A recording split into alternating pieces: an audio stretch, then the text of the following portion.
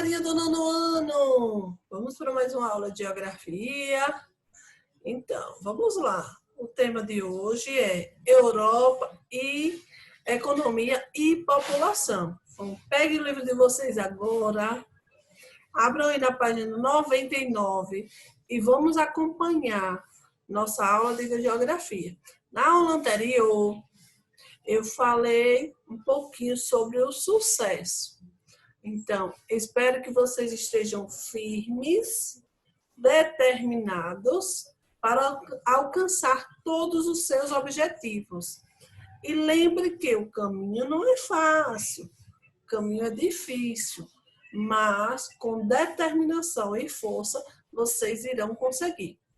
Eu estou observando que tem uma galerinha muito boa participando aí das aulas de geografia, deixando os comentários, colocando na descrição aí do vídeo o nome e os comentários. Parabéns, viu, galera? Parabéns. Eu estou muito feliz com vocês. Muito aprendizado sendo realizado. E agora, vamos lá? Vamos para mais uma aula de geografia? Vamos com tudo. Página 99. E hoje, nós vamos falar algumas características populacionais, certo? Então, nosso tema é Europa, economia e população. Então, dando continuidade à aula anterior, hoje nós vamos começar falando sobre população. A Europa tem mais de 740 milhões de habitantes distribuídos de maneira irregular no território. Então, essa densidade demográfica é bastante elevada na porção centro-ocidental. A maior parte da população está concentrada nas cidades, em áreas de clima de alta montanha ou próximas regiões polares, a vazios demográficos. Então, nas regiões, nas cidades, nos centros urbanos, existe uma grande concentração de população. Então, nas últimas décadas, a Europa tem apresentado baixos níveis de crescimento populacional, em decorrência da queda da taxa de natalidade. Então, as mulheres da Europa elas não querem ter muitos filhos. Então, a mulher na Europa, ela quer o quê? Entrar no mercado de trabalho, ela pensa em ter seu dinheiro, seu financeiro, sua independência. Então, ela não quer ter muito filho, porque sabe que criar filho é muito investimento, tem toda uma questão de tempo. E aí, na Europa, é frequente as famílias fazerem um planejamento familiar. Então, eles pensam, analisam quantos filhos eles podem ter. Enquanto que em outros países, as famílias não têm planejamento familiar e tem um monte de filhos, e aí só existe e só gera o quê? Problemas, porque muitas das vezes não consegue, a família não consegue, não tem condições financeiras de suprir a necessidade dos seus filhos. Mas na Europa é diferente. As mulheres, elas não querem ter filhos, elas querem primeiro estudar, conseguir um emprego, a sua independência. Depois elas vão fazer o planejamento familiar e elas vão pensar em filhos. Então, a expectativa de vida da população europeia está acima de 75 anos. Melhoria nas condições de saúde e no saneamento básico reduzem a taxa de mortalidade. Em alguns países, como a Itália, a população de idosos é superior à de jovens. O aumento da expectativa de vida tem exercido grande pressão no sistema de seguridade social e de saúde, levando os governos europeus a rever suas políticas públicas. Então, essa expectativa de vida de 75 anos é muito boa. Então, reduz a quantidade de população. Muitos países, as mulheres elas não querem ter filho, e aí acaba o quê? Reduzindo a taxa de natalidade e aumentando a taxa de quê? De idosos. A quantidade de idosos fica maior. Aí essa quantidade de idosos é bom, claro, com certeza, é muito bom, porque observam que o país tem uma qualidade de vida boa, as pessoas conseguem sobreviver por muito tempo. Mas para os governantes, eles não gostam muito, porque precisam fazer investimento em aposentadorias, pagamento de aposentadorias. E tem também outro aspecto negativo, é que precisa de jovens para suprir a demanda do mercado de trabalho.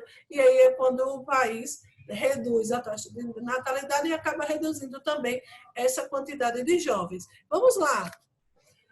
Então, variedades étnicas e linguística. A população europeia é formada basicamente por povos germânicos, latinos e eslavos, que emigraram para o continente europeu, vindo de diferentes regiões da Ásia. A variedade étnica europeia deu origem às diferentes línguas presentes no território. São 24 línguas oficiais faladas na Europa, além de 60 línguas regionais ou minoritárias. Na Bélgica, por exemplo, fala-se oficialmente o francês, holandês e alemão. Então, vocês observam aí, né, dentro do continente europeu existe uma diversidade de línguas faladas, né? Então, é uma variedade étnica muito grande. Europa e os fluxos migratórios. Agora nós vamos falar de migração. Até a primeira metade do século XX, milhões de europeus saíram do continente. Depois da Segunda Guerra Mundial, o fluxo começou a se inverter. Dados da ONU mostram que cerca de 76 milhões de imigrantes vivem na Europa atualmente, principalmente em decorrência da crise socioeconômica em países como os do Norte, da África e da América Latina. Apesar da recessão provocada pela crise econômica mundial iniciada em 2008, a Europa continuou a atrair imigrantes em busca de melhores oportunidades de emprego, salários, além de acesso a serviços públicos de saúde e educação oferecidos pelo governo. Então, a Europa é um continente rico, certo? E acaba chamando muita atenção da população de outros países, de outros continentes, para ir morar, para fazer essa migração, né, em busca de melhores condições de vida, em busca de oportunidades de emprego e melhores condições financeiras, que acabam aumentando esse fluxo migratório. As causas da imigração na Europa, a necessidade de mão de obra para executar determinados tipos de trabalho em alguns países. Então, essa necessidade de imigração é muito frequente na Europa. Por quê? Como eu já falei para vocês, porque quando você reduz essa quantidade de natalidade, acaba reduzindo a quantidade de jovens para suprir a necessidade de emprego. Então, além de emprego, esses imigrantes procuram especialização profissional em universidade e instituto tecnológico. No continente europeu, ocorrem migrações de um país para o outro, principalmente do leste da Europa para a Europa Ocidental. Esses movimentos migratórios são resultado das desigualdades econômicas entre as duas regiões. Então, até mesmo lá no continente europeu, existe toda essa questão de migração de um país para o outro. Então, eles vão em busca de quê? De melhores condições financeiras, de um emprego. Então, perseguições políticas também são outros fatores que influenciam a migração. Conflitos étnicos também são outros fatores que acabam influenciando essa migração. Quando você está em uma região, em um local onde tem conflito, você quer cair fora e ir para outro país em busca de uma qualidade de vida, de seguro, né? De uma segurança de vida. Imigração ilegal é frequente, viu? Imigração ilegal é frequente, principalmente nos países ricos.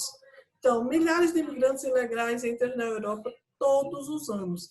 Essa situação representa um problema para os governos europeus, que buscam combater a entrada e a permanência dessa população em seus territórios sem a permissão oficial do Estado. Os governos europeus têm uma política de imigração restritiva, mas não são capazes de conter o fluxo de estrangeiros que entram clandestinamente em seus países. A restrição, muitas vezes, é justificada pelo fato de os países europeus não terem condições estruturais e econômicas para comportar grande quantidade de imigrantes. Vocês imaginem, né, a situação que os países europeus enfrentam, né, para tentar combater essa entrada de imigrantes. Vamos lá, aquele exemplo. Uma casa com 10 filhos é diferente de uma casa com 2. Eu gosto sempre de dar esse exemplo. Então, se eu tenho um país com uma grande quantidade populacional, o governo não vai conseguir suprir a necessidade de todos.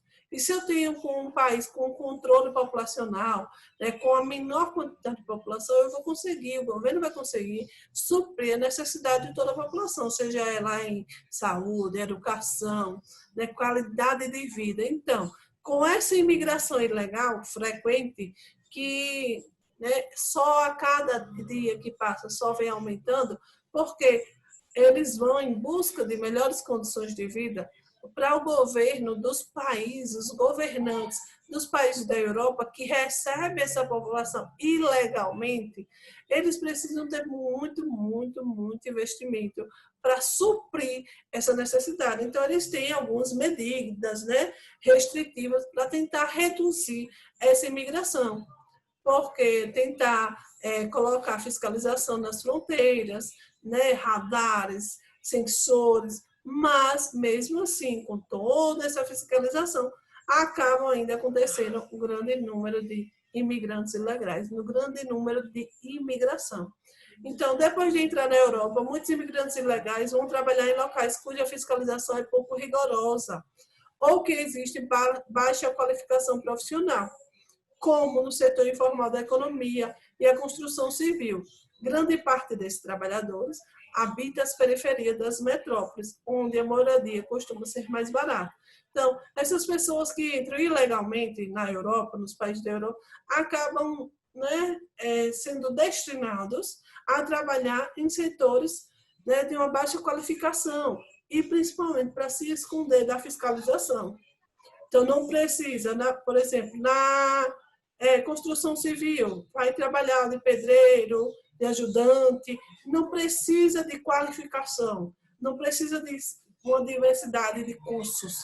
E aí a fiscalização acontece pouca fiscalização, então eles vão sendo, né, destinados a esses trabalhos, né, para tentar, na verdade, se esconder da fiscalização, porque não podem entrar ilegalmente nos países da Europa. E aqui nós temos, né, acontece muito esses problemas, né, esse grande número de imigrantes, acontece o preconceito, xenofobia e racismo. Então, xenofobia, o que é essa xenofobia? Xenofobia, o significado é o sentimento de ódio e aversão aos imigrantes. Com a redução do crescimento vegetativo, a Europa tem cada vez menos mão de obra disponível.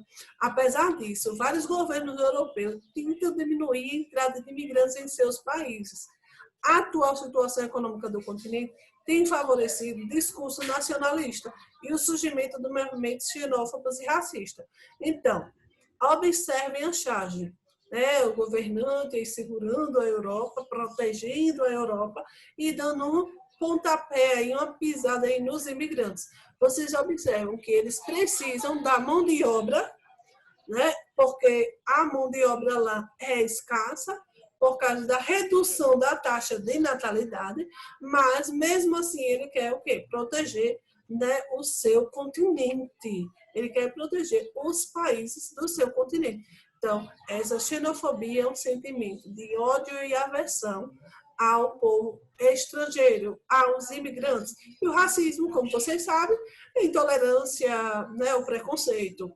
Então, esse posicionamento intolerante, porém, deve ser revisto, considerando a mão de obra imigrante. É de grande importância para vários setores da economia da Europa, inclusive para aqueles que exigem empregados com menor qualificação profissional. Parte da população europeia se recusa a ocupar postos de trabalho nesse setor de ter alta qualificação profissional. Então, eles necessitam da mão de obra, mas eles não querem imigrantes. Então, eles devem fazer o quê? Incentivar as mulheres, principalmente, a ter uma quantidade de filhos maior para suprir a necessidade, né, de mão de obra do país. Ok? Então, esse é um sentimento que acontece com frequência, principalmente nos países desenvolvidos. Sentimento de xenofobia e de racismo. Xenofobia, sentimento de ódio e aversão aos estrangeiros, e racismo, a intolerância, né, o preconceito. Mapas de fluxo com setas proporcionais. Mapas de fluxo com setas proporcionais são mapas dinâmicos que mostram a fluidez e o movimento de diversos fenômenos que envolvem deslocamento, como migrações, importações e exportações, massas de ar, entre outros. Além de indicar o tipo de fluxo, esses mapas indicam a origem, o destino e a intensidade de tal fluxo. A base das setas indica a origem dos fluxos e aponta o destino. Então, vocês vão observar aqui esse mapa dos fluxos migratórios. Observe aí. Então, observe que existe toda uma movimentação, certo? Esses mapas de fluxo, saída e entrada de população para o continente, né, europeu, aí daí da Ásia, do continente asiático, do continente, até mesmo do continente africano, para os países europeus. Eu quero que vocês respondam essa atividade, certo? Falando sobre o fluxo migratório para numerosos dentro do continente europeu. Então, eu quero que vocês respondam essa atividade, que é uma atividade bem pessoal. E nossa aula vai ficando por aqui. Fiquem em casa, fiquem com Deus. Também tem uma atividade bem rapidinha na descrição do vídeo, certo? Algumas perguntas são até parecidas com essa do slide anterior. Se cuidem. Espero que vocês tenham gostado da aula. Deixe o comentário aí. Coloque o seu nome, a escola que você estuda. E tchau, tchau. Estudem e se cuidem. Tchau, tchau. Até a próxima aula.